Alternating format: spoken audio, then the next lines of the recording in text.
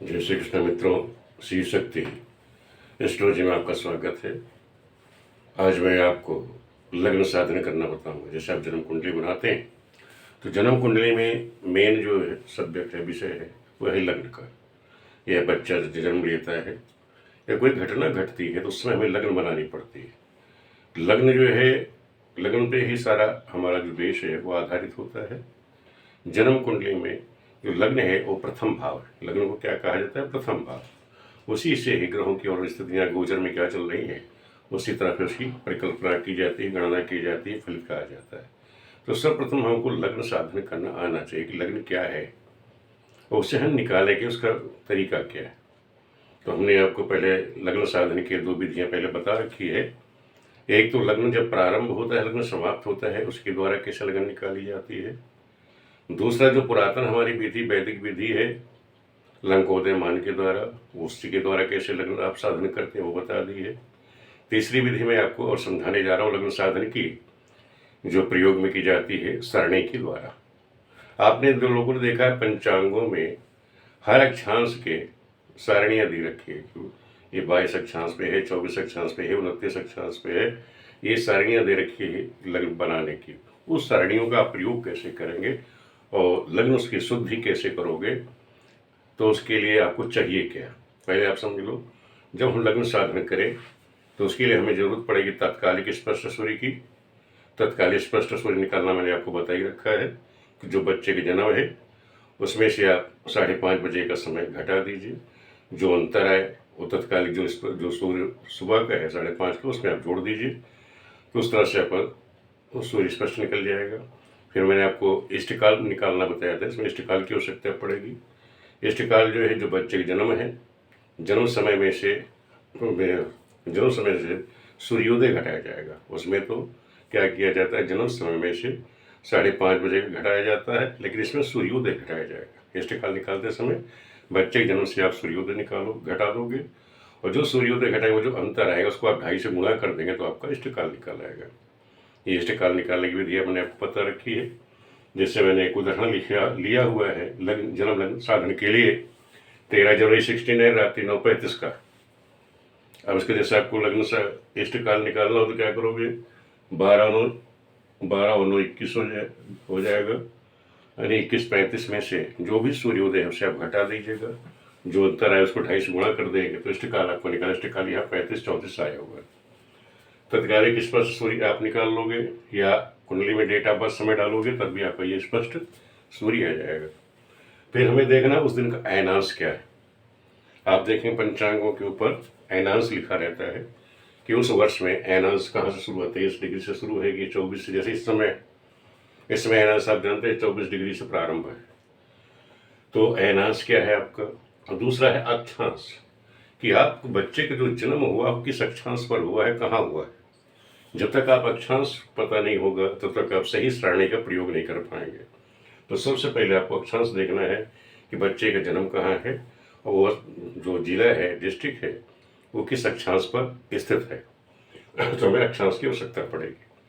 तो सर्वप्रथम हम क्या करेंगे, हम तत्कालिक स्पर्श सूर्य, तत्कालिक स्पर्श सूर्य में आप क्या करेंगे, जो सूर्य स्पर्श सूर्य की ये राशि है, ये अंश है, ये राशि अंश लिखे होते हैं चार्ट में जो हम बनाते हैं। तो अभी मैं आपको सारणी बताऊंगा कि आप सारणी का प्रयोग कैसे करेंगे। तो इसमें आपको मैं बता देता हूँ, जो सारणी का प्रयोग आपके पास पंचांग होगा तो उस पंचांग में एक सारणियाँ दी रहती हैं लग्न साधन करने की, तो उसको आप लोग प्रयोग करिए। ये इस तरह से सारणियाँ दी रहती है। सारणियों के ऊपर ऐसे अक्षांश लिखा होगा, जैसे यहाँ लिखा हुआ 28 अक्षांश, यहाँ लिखा हुआ है 29 अक्षांश।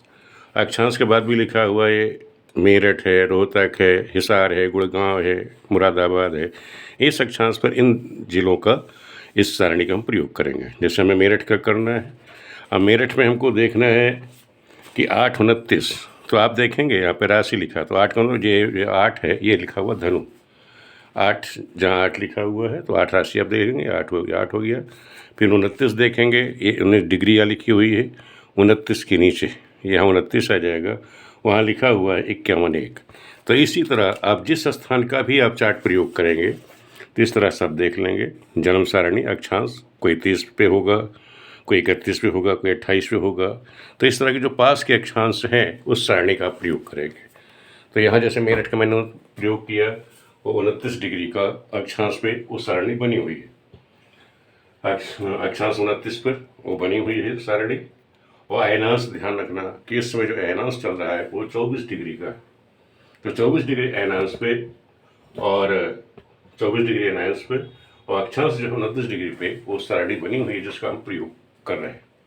तो वहाँ तत्कालीन से स्पष्ट सूर्य में मैंने बताया कि 8 राशि 29 अंश पर आप देखेंगे तो 8 29 कॉलम में आपको क्या प्राप्त होगा 29 51 1 ये आपको वहाँ गणना प्राप्त होगी, अंक प्राप्त होगा। इसमें आपको इष्टकाल जोड़ना है। इष्टकाल मैंने बताया 35 34 है, 35 34 हमने जोड़ दिया तो 34 और 1 35 हो गया, 5 1 6 5 3 8। जब ये 60 से ज़्यादा हो जाए तो इसमें से 60 आप माइनस कर दीजिएगा। तो 86 में से 60 माइनस कर दिया तो ये 26 हो जाएगा, 35 का 35 रहा। इससे पुनः आप क्या करेंगे उसी सारणी में जो सारणी आप प्रयोग कर रहे हैं 29 डिग्री वाली जो आपके अक्षांश जहाँ बच्चे जन्म है उसी अक्षांश के पास की जो सारणी है उसी का प्रयोग करें। उससे पुनः आप इसको देखेंगे। जब इस अंक को हमने देखा 26 35 को देखा तो वहाँ हमको प्राप्त हुआ 4 राशि 18 अंश। वहाँ क्या प्राप्त हुआ हमको 4 राशि 18 अंश और उसके अंक हमको प्राप्त हुए थे 26 27। निकटतम अंक क्या प्राप्त है 4 18 पे 26 27। लेकिन हमारा कितना है 26 35। तो ये 26 35 में से आप ये 26 27 आप घटा देंगे तो 35 में से 27 निकल जाएगा। 8 पल आपके बचे, 8 पल ये जो बचे हैं अभी इसका मान हमको और निकालना है, साधन करना है। वो पल का हम साधन करके इसमें जोड़ देंगे तो हमारा लग्न स्पष्ट हो जाएगा।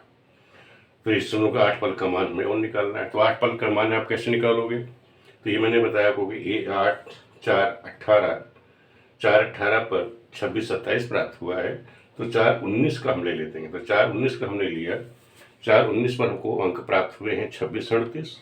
उसमें से 4 18 वाले ये 26 27 हम माइनस कर देंगे तो 11 पल, यानी अंतर कितना है 11 पल का।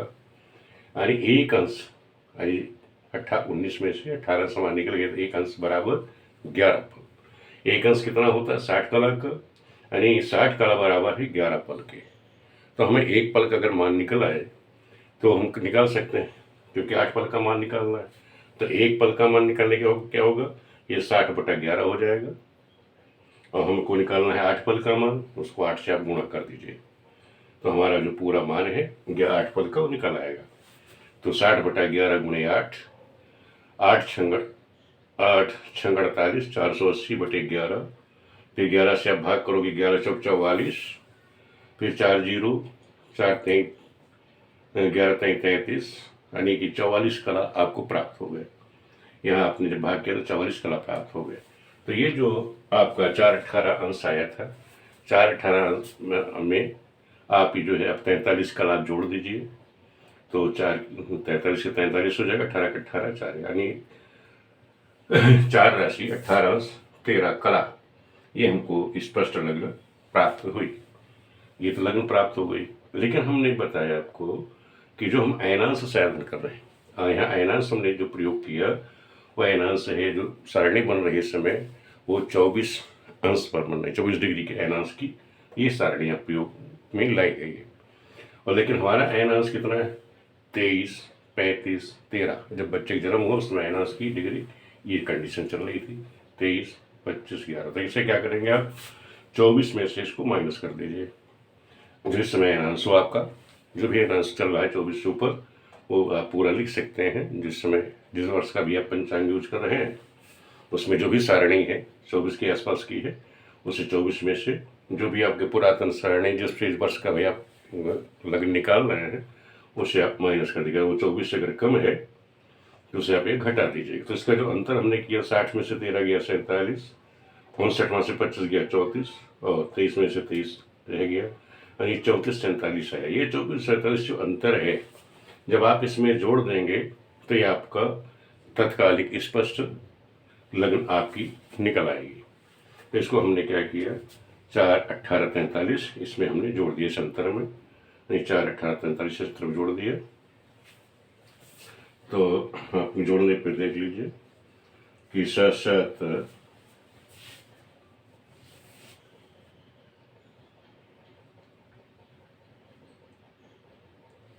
ये आ जाएगा आपका 7 और 7 14, 7 7 14 और 4 4 8, ये ठीक है।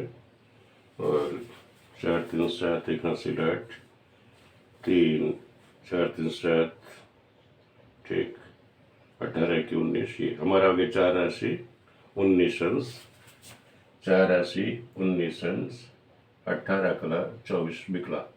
ये आपका तात्कालिक स्पष्ट लग्न आ गया। तात्कालिक स्पष्ट, ये हमारे तात्कालिक स्पष्ट, ये स्पष्ट, ये हमारी लग्न निकल आ गई। तो ये इस तरह से आप लग्न निकालेंगे, इसमें कोई कठिन चीज़ नहीं है। जो भी अयनांश, जब तक आप अयनांश साधन नहीं करेंगे तब तक आपकी सही कैलकुलेशन नहीं आएगी। तो जो भी अयनांश सारणी आपने प्रयोग करी है उस समय जो अयनांश से आप माइनस कर दीजिएगा, जो आपका अंतर आया उसमें जो आपका लग्न स्पष्ट आपने निकाला था उसमें जोड़ दीजिए, तो आपका तात्कालिक स्पष्ट लग्न साधन हो जाएगा। तो इसमें 4 अंश 4 राशि 19 अंश, 18 कला 24 बिकला, ये आपकी लग्न स्पष्ट हो गई। इस तरह से आप लग्न स्पष्ट करेंगे। ये जो लग्न निकालने के तरीके हैं, ये सूक्ष्म विधियाँ, इसी का प्रयोग करिए, इसी आपकी सूक्ष्म गणना से प्राप्त होती है। ये भी विधि आपकी सूक्ष्म है, जो वैदिक विधि लंकोदय से बताई गई वो भी आपकी सूक्ष्म विधि है। 3 विधियों का आप लोग प्रयोग करिए लग्न साधन के। इसमें आप लग्न कैसे निकालेंगे, क्योंकि लग्न पे ही, लग्न की शुद्धि पे ही सारा गणना निर्धारित है। आपकी जो कुंडली आप करेंगे, फलित करेंगे, वो लग्न पे ही निर्भर करती है। तो लग्न की आपको मैंने तीनों विधियाँ बता दी है। ये तीनों विधियों का आप प्रयोग करिए, सीखिए कि लग्न कैसे साधन की जाती है, क्योंकि जब तक आपको विधियाँ जितनी ज़्यादा से ज़्यादा आपको ज्ञात होंगी उतना आप सटीकता से आप फलित कर सकते हैं।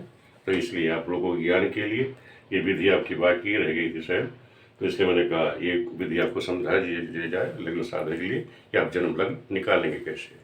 जो कोई समझ में नहीं आ रहा है कैलकुलेशन करने में, कहीं किसी प्रकार की भी दिक्कत हो, आप पुनः कमेंट कर देना, मैं दोबारा वीडियो बना के आप लोगों को समझा दूँगा।